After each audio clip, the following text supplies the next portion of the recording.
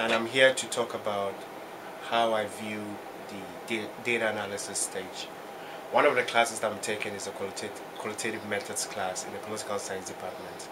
And one of my assignments is that I have to search for a research method and bring about and tell the class, tell the whole world how I got the data and what I'm going to do with the data. Right now, I've got to a stage where I've already gathered data, and now I'm in the data analysis stage, and I find it more appropriate to discuss it or to apply whatever I've learned in the other class in my data analysis class. The task for me was to go to 15 UF classes and classrooms and observe the power relations between teachers and students. And so far, I've been able to get about 12. I've been to 12 classrooms, and I can give snapshots, or I will give snapshots of what I have done so far in relation to how I relate myself to the data. First of all, as I said, the subject matter is about power relations between professors and teachers, and this represents the data that I've got. And as you can see, the data has so many layers. And first of all, when you get data, you see it first in entirety, then you proceed from there to dig into the layers, separating the data in layers and just making an analysis of it. This is the data, and I've divided this data into layers because that's what I got for each of the classrooms that I observed. I made the observation, and I realized that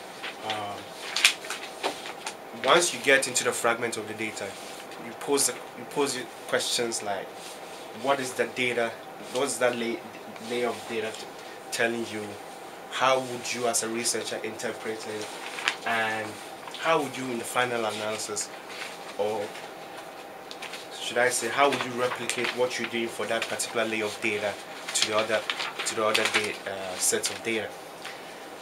At this stage, I always ask myself, and researchers often do that, when you get to this stage where you're digging yourself into this data, you always ask yourself questions. What am I doing? And the whole issue is about your self-awareness of the researcher. It helps you to get focused into what you're doing. And in my case, one of the classrooms that I went to, I observed that the professor, for instance, vocally issued threats to the students. He attempted to sack students who came in late, refused to answer questions which were difficult to him. And I asked myself that I'm looking at power relations.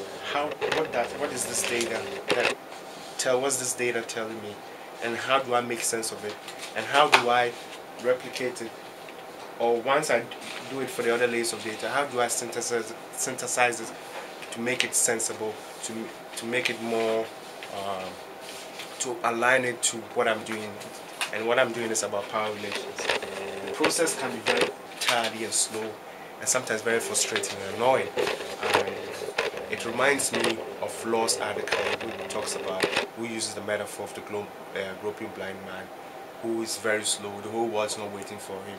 At the same time, he knows what is happening in every steps that he takes. So even though I become so frustrated looking at this layer of data and the other layers of data individually, I'm able to find richness in the details of the data.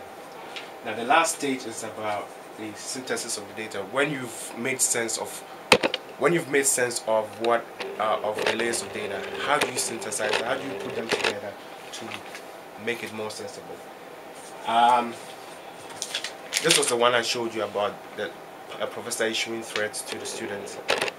The second one was about the physical makeup. The professor was heavily built, and when I went to the classroom, was just invigilating. The students were writing an exam, and he use his mannerisms, physical nature, to somehow intimidate the students, and that's what I observed. The third data, what I observed, is the ability of the professor to divide her class into groups and making them dominate the class for virtually most of the time. And the last was one of the classrooms that I went, which was the professor was so shy of the slopey nature. The class was like, the infrastructure of the class is in the form of a slope. So the professor, I don't know, perhaps our professor was really intimidated by the huge numbers of people sitting in the class. So he hardly looked up; he was always looking down. So all these are manifestations of power relations in the classroom, and it tells you the various kinds of relationships that professors have with their students in the class. So when I synthesize this data, I am able to make sense of what power means to the professor, what power means to the student, and the research process is very complex, sometimes frustrating, but also interesting. At the end of the day, when you've been able to come up with your findings, when you've been able to do all the good job that requires you in the data analysis stage. So three people interacting. Every day people interact from their homes, at your workplaces, wherever you find them, people interact. If you ask me casually, what were they doing? I would say they were interacting. But research goes beyond that. In research, or when I'm conducting my research, I'm not only thinking about what they are doing, but what is the content of their interaction. On one hand, they matter most in terms of what they are doing is of interest to me. However, how I make sense or understand, so to say, of what they are doing is also at the heart of the data analysis stage of qualitative research. I relate their worldview in the sense of their interaction to how I make sense of the interaction. And this researcher-participant relationship is at the heart of the data analysis method. You think about yourself as a researcher, on the other hand, you also think about your participant. Both matter most.